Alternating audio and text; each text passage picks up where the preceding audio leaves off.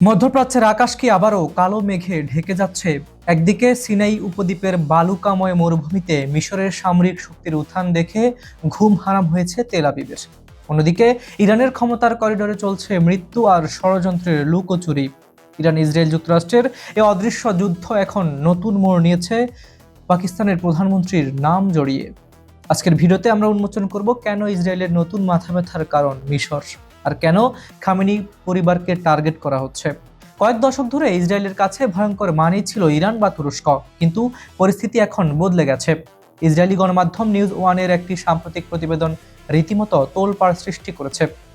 তেল আবিবের নীতি ও নির্ধারকদের কপালে এখন চিন্তার ভাঁজ ফেলেছে মিশরের সেনাবাহিনী। প্রশ্ন হলো কেন? কারণটা হলো সেনাই উপদ্বীপ। 1979 সালের মিশর ইসরায়েল শান্তি চুক্তি অনুযায়ী সিনাইয়ের একটি নির্দিষ্ট অংশে মিশরের ভারী অস্ত্র বা সামরিক উপস্থিতি থাকার কথা নয়, কিন্তু বর্তমানে কায়রো তাদের সামরিক সক্ষমতা যেভাবে আধুনিকায়ন করছে তাতে ইসরায়েলি গোয়েন্দারা নড়ে চড়ে বসেছে। ইসরায়েলের প্রতিটি পদক্ষেপ নজর রাখছে। তারা জানতে চায় এই শক্তি আসলে কাদের জন্য। এবার ফোকাস করা যাক ইরানের দিকে। যে খবরটি এখন আন্তর্জাতিক মহলে দাবানলের মতো ছড়িয়ে পড়েছে তা শোনার পর আপনিও চমকে উঠবেন। ইরানের পার্লামেন্ট সদস্য কামরান গাজানফারির দাবি, পাকিস্তান ও ইরান সীমান্তের ওই ঘটনায় আসল লক্ষ্য ছিল মোস্তফা খামেনি। গাজানফারির অভিযোগের তীর সরাসরি যুক্তরাষ্ট্র এবং ইসরায়েলের দিকে। তিনি দাবি করেছেন, পাকিস্তানের প্রধানমন্ত্রী শেহবাজ শরীফকে এক প্রকার খুঁটি হিসেবে ব্যবহার করার চেষ্টা করেছিল এই দুই শক্তি, এবং মোস্তফা খামেনি যখন নতুন সুপ্রিম লিডার হিসেবে দায়িত্ব নিয়েছেন তখন শেহবাজ শরীফের সঙ্গে তার সাক্ষাতের একটি সম্ভাবনা তৈরি হয়েছিল। আর ঠিক সেই মুহূর্তটিকে বেছে নিতে চেয়েছিল গুপ্ত ঘাতকরা। উদ্দেশ্য সুপ্রিম লিডারকে নিশ্চিহ্ন করা। এখন প্রশ্ন আসে, এই খবরটির উৎস কি? আমরা যদি বিভিন্ন ভিডিও লক্ষ্য করি এবং সামাজিক যোগাযোগ মাধ্যমে একটু খেয়াল রাখি তাহলে দেখতে পাই এই সংক্রান্ত প্রতিবেদনটি ইরানের ইন্টারন্যাশনাল নামক একটি মাধ্যমে প্রকাশিত হয়েছে। তবে এখানে একটি বিশাল প্রশ্নবোধক চিহ্ন আছে। অধিকাংশ ভূ রাজনৈতিক বিশ্লেষক মনে করেন ইরান ইন্টারন্যাশনাল মূলত ইসরায়েলের অর্থায়নে চলে। এটি কি তবে ইরান সরকারের বিরুদ্ধে কোনো সুপরিকল্পিত প্রোপাগান্ডা, নাকি আসলেই কোনো গভীর ষড়যন্ত্র ছিল?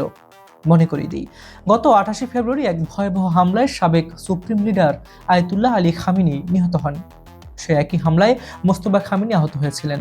এরপর থেকে মোস্তফা খামেনিকে জনসম্মুখে দেখা যায়নি। তার অবস্থান ও নিরাপত্তা এখন ইরানের সবচেয়ে সুরক্ষিত রহস্য। এই রহস্যের মধ্যেই এই ধরনের অভিযোগ ঘটনা প্রবাহকে আরো ঘোলাটে করে তুলছে। একদিকে সিনাইয়ের মিশরের সামরিক শক্তি বৃদ্ধি, অন্যদিকে খামেনি পরিবারের নিরাপত্তা নিয়ে চরম অস্থিরতা। মধ্যপ্রাচ্য এখন একটি আগ্নেয়গিরির ওপর বসে আছে। একদিকে উগ্রপন্থী দমনে কায়রো ও তেল আবিবের মধ্যে নিরাপত্তা সমন্বয় থাকলেও পর্দার আড়ালে যে বড় ধরনের কোনো সংঘাতের আশঙ্কা তৈরি হচ্ছে তা অস্বীকার করার উপায় নেই। বিশ্বের এই মেরুকরণ কি নতুন কোনো যুদ্ধের ইঙ্গিত দিচ্ছে? আপনি কি মনে করেন? মিশরের এই সামরিক সক্ষমতা কি শুধু নিজের নিরাপত্তার জন্য, নাকি ইসরায়েলের সাথে কোনো বড় সংঘাতের প্রস্তুতি? অবশ্যই কমেন্ট করে আপনাদের মতামত জানান। আপনারা পৃথিবীর যে প্রান্ত থেকে আমাদের এই বিশেষ আলোচনা দেখছেন অবশ্যই কমেন্ট বক্সে আপনার ভাবনা জানাতে ভুলবেন না। আপনার একটি মন্তব্যই হয়তো এই সংকটের ভিন্ন কোনো মাত্রা উন্মোচন করতে পারে। আজকের মতো এখানে ইতি টানছি। আন্তর্জাতিক রাজনীতির জটিল সমীকরণ এবং ভূরাজনীতির প্রতিটি গুরুত্বপূর্ণ আপডেট সবার আগে পেতে আমাদের চ্যানেলটি সাবস্ক্রাইব করে বেল আইকনটি চেপে রাখুন। আপনাদের সচেতনতাই আমাদের এগিয়ে যাওয়ার শক্তি। বিজ্ঞাপন ও প্রমোশনের জন্য ডেসক্রিপশনে দেওয়া নম্বরে সরাসরি যোগাযোগ করুন। নিরাপদে থাকুন, সজাগ থাকুন, কারণ আজকের বিশ্ব রাজনীতি কেবল খবরের কাগজে সীমাবদ্ধ নেই, এটি এখন আমাদের প্রত্যেকের ভবিষ্যতের অংশ। আমি হাবিবুর রহমান নিশান আজকে এখানে বিদায় নিচ্ছি। ভালো থাকুন, সুস্থ থাকুন। আল্লাহ হাফিজ।